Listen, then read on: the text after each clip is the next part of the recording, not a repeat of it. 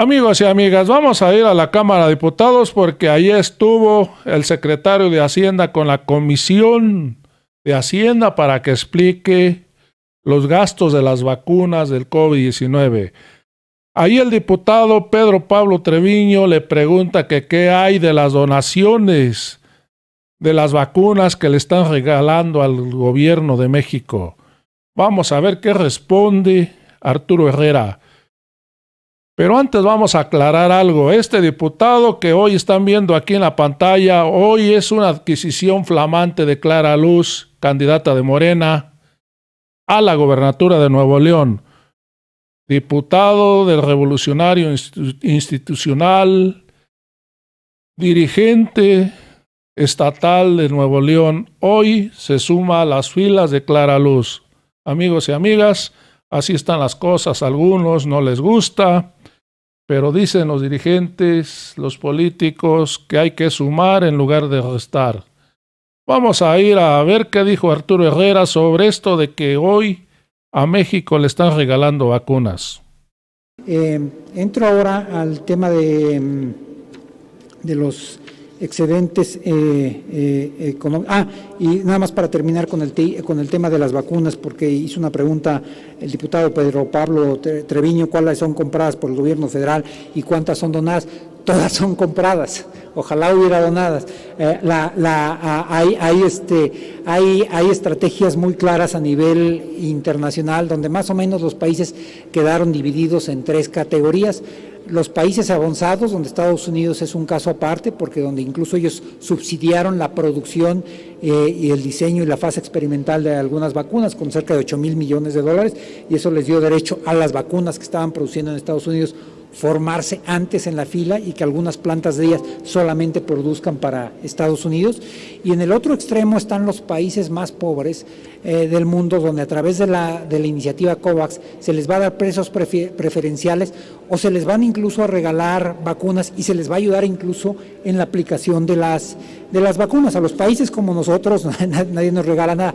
Déjenme explicarle entonces lo que hemos logrado con algunos acuerdos. Por ejemplo, en el caso de las vacunas de AstraZeneca, que empezaron a llegar, si mal no recuerdo, hace 10 días de una fábrica en el norte de Estados Unidos. Hay efectivamente una planta en Estados Unidos de AstraZeneca, pero AstraZeneca no es una de las vacunas que ha sido aprobada en Estados Unidos. Ellos llevan sus procesos de aprobación muy específicos, fueron aprobados primero Pfizer y casi inmediatamente Moderna, después muchos meses después Johnson & Johnson, de tal forma que en realidad lo que ellos estaban produciendo en el norte de Estados Unidos, pues lo estaban embodegando.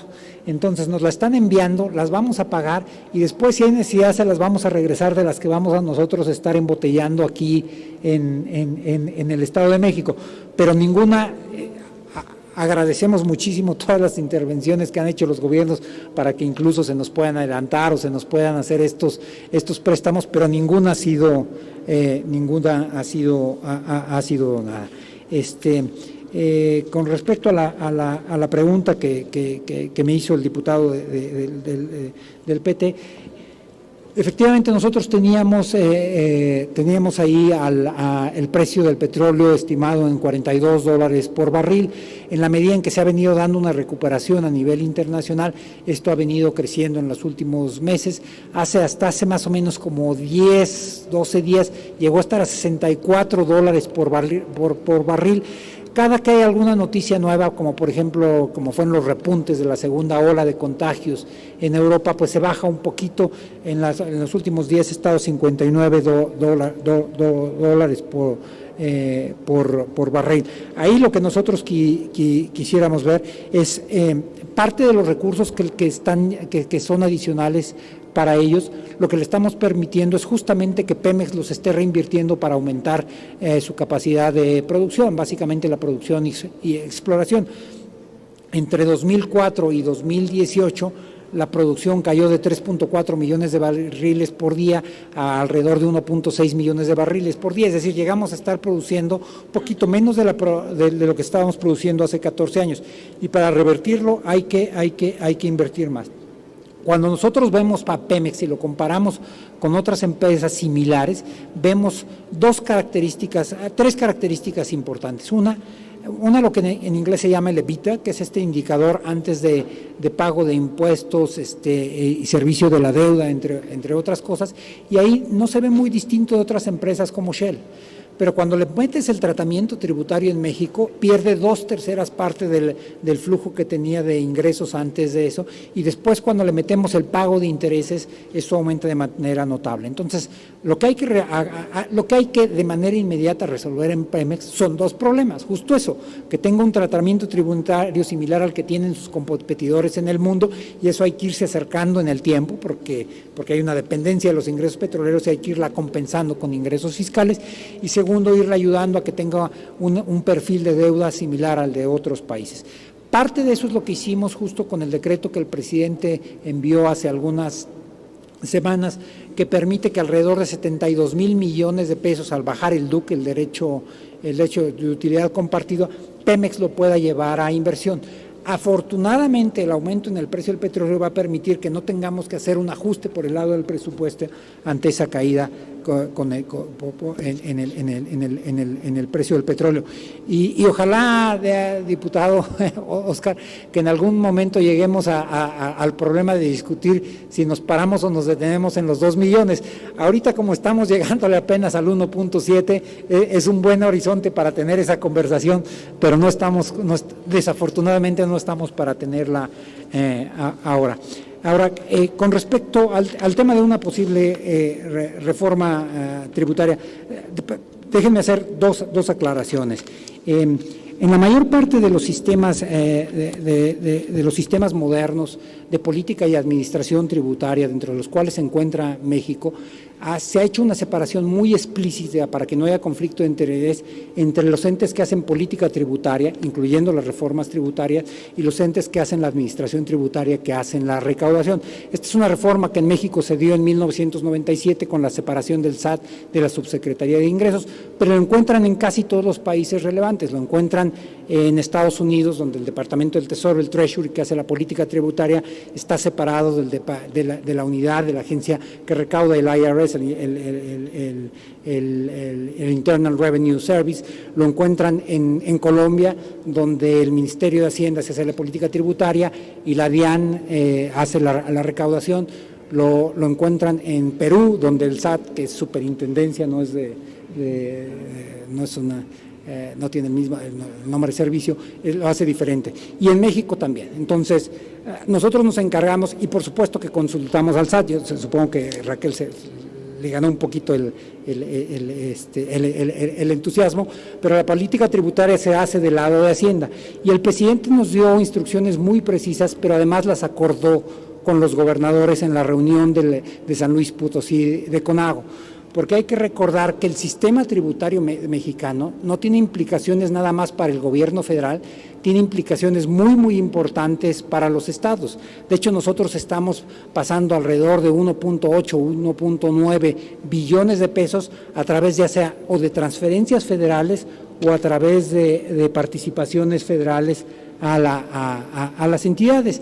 Y ahí hubo un planteamiento durante la reunión de San Luis de CONAGO, hubo un planteamiento muy específico de algunos gobernadores de diversos partidos, que ante la pandemia, y la pandemia es probablemente lo que detonó esta reflexión, porque lo que pasó es que tuvieron que gastar más en salud y tuvieron menos ingresos, y estados claramente como Quintana Roo, Baja California o Nayarit, que dependían de los ingresos del turismo, donde el impuesto de hospedaje es muy importante, pues vieron esta brecha aún ser mucho más alta. Y ahí acordamos, a solicitud del presidente, que íbamos a iniciar un proceso de reflexión y estudio para tratar de entender cuál es lo adecuado técnicamente con los secretarios de finanzas. Los secretarios de finanzas, hay un foro común que es la reunión permanente de funcionarios fiscales. Aquí la diputada fue participante de esos foros, y estamos tratando de empezar a tener esa reflexión. Va a tener muchas otras vías que la pueden ir alimentando, pero estamos tratando de primero tratar de ponernos de acuerdo en lo que es la parte técnica antes de empezar la parte que pudiera ser del procesamiento político de ello.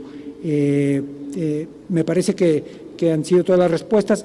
Solamente estamos estudiando, justo empezamos hace unas 3 semanas, también a solicitud del presidente, a ver cuáles son los mecanismos, que si pudiéramos encontrar algunos mecanismos adicionales para apoyar a las pymes.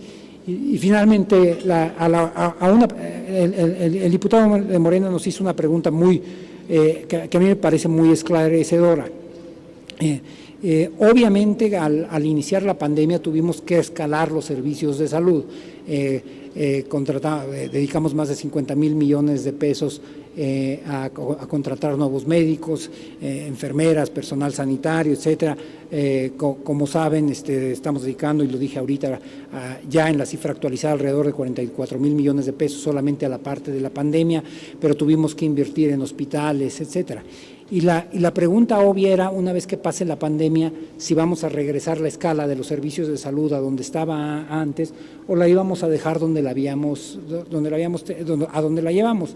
Y la respuesta es, claramente tenemos que empezar a construir de donde la llevamos. Pero eso requiere más recursos, efectivamente, y requiere, por lo tanto, que la discusión sobre la posición fiscal del país depende no nada más de lo que se puede o no recaudar, sino de en dónde y qué es lo que queremos gastar, que a mí me parece que esa es la forma en que tenemos que empezar la conversación, qué es lo que el país necesita y después cuánto requeriríamos para ello. Y finalmente una aclaración a una pregunta que hizo el diputado Ortega, o un par de preguntas que hizo el diputado Ortega. La línea de crédito no es con el Banco Mundial, la línea de crédito es con el Fondo Monetario Internacional. Y la línea de crédito es una línea de crédito fundamentalmente para problemas de balanza de pagos. De hecho, está firmada en última instancia por el Banco de México. No tenemos un problema de balanza de pago ni tenemos un problema de reservas. Tenemos alrededor de 195,000 millones de dólares. Eventualmente podría utilizarse si cambiáramos el clausulado con la línea. Eso, por ejemplo, es algo que hizo Colombia. Pero cambiar el clausulado con el Fondo Monetario no permitiría de todas formas la aplicación directa para programas, por ejemplo, de estímulos a la economía. Ahí lo que muerde es la prohibición de que los recursos de inversión no puedan ser utilizados más que para obra pública productiva, es decir, no pueden ser llevados a programas de apoyo a empresas, no pueden ser llevados, etcétera. Entonces, hay una restricción muchísimo más importante.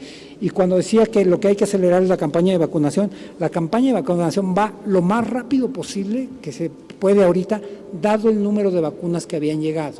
Pero justo los arribos de los lotes están acelerándose desde hace 10 días. Ahí es justo donde tenemos que asegurarnos que no disminuimos el ritmo. Muchísimas gracias.